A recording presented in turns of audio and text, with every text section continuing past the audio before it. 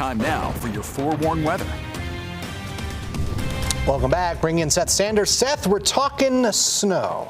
We are talking snow. We have a valley snow even on deck and colder temperatures for sure.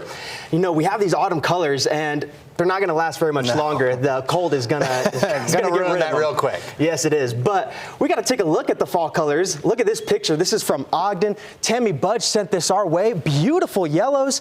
And you can see the sky was fairly clear. Not the case anymore. We've had clouds starting to roll on in as you take a live look at Cache Valley. This is from Utah State University looking west. You see it's overcast now, and we actually have some raindrops trying to reach the ground here. Let's punch this forewarned radar in. Notice we have a couple drops trying to make their way to Cache Valley. I don't know if this particular green splash that you're seeing here is reaching the ground, but we do have more wet weather on the way. That is going to bring rain to Cache Valley here in the next couple of hours. As for tonight and the rest of tomorrow, the wet weather potential is going to stay north of I-70, but most of it's going to be from Utah Valley northward. The further north you go, the more wet weather you're going to see. So here's what's going on. This high pressure has kept us calm. It's moving out of the way by ABC4 News at 10. We're looking at some snow for Cache Valley, possibly even the northern Wasatch Front and Park Valley. By 3 o'clock in the morning, we'll see that snow make its way to the Wasatch Front. And then for your morning commute, it could be a little bit sketchy. The snow is going to be strongest then, could make for some slushy roads, and it's going to be cold as well, so we could see some ice in some areas. Futurecast also shows that we may see some lake effect snow. It's mostly going to be in the northern Wasatch Front Tuesday morning, and then high pressure starts to build back in, and we bounce right back to beautiful weather. And that system over there that you saw, don't worry about it too much. High pressure is going to act as a storm block, keeping that at bay. We'll just have partly cloudy skies. Now, as for our snow totals, we're looking at 4 to 8 inches for the mountains, 1 to 4 inches for the Wasatch Back, just a little bit less in Cache Valley, up to 3 inches.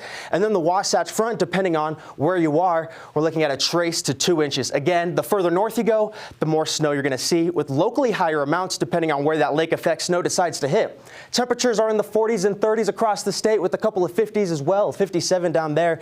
St. George, chilly 37 for Delta, 44 degrees here in Salt Lake City. So we have this chilly air right now. It's going to hold on for a little bit, and then this cold weather starts to come in from the north, pulling that cold northern Canadian air with unsettled weather to the north, like you saw there in our 3K Futurecast. And then high pressure builds in, bringing more mild weather, and we're going to see average temperatures yet again by Thursday, and it'll continue to warm up from there. Regional forecast for tomorrow shows 40s and 30s for the most part, with a couple of 50s in the mix as well. Let's zoom in here so that we can break this down a little bit more.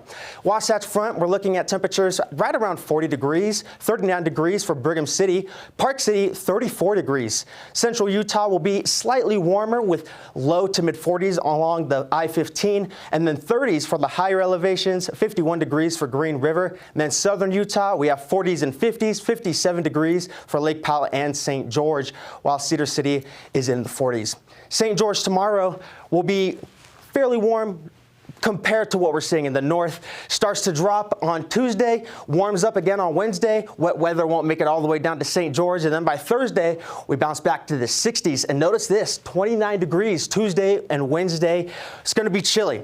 So make sure that you take care of any outdoor plumbing, any of your gardening down there. You don't want your plants to die.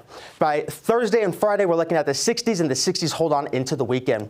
As for the Wasatch Front, it's going to be 40 degrees tomorrow with snow showers. There's a chance of some snow on Tuesday with the high of 36 degrees. That is a chilly high temperature. That's more closer to the average low temperature for this time of year, with lows in the low 20s. And then as we get to the back half of the work week, it does start to warm up and clear out. And then we have our eye on another system that could be moving in Saturday night into Sunday, dropping temperatures yet again.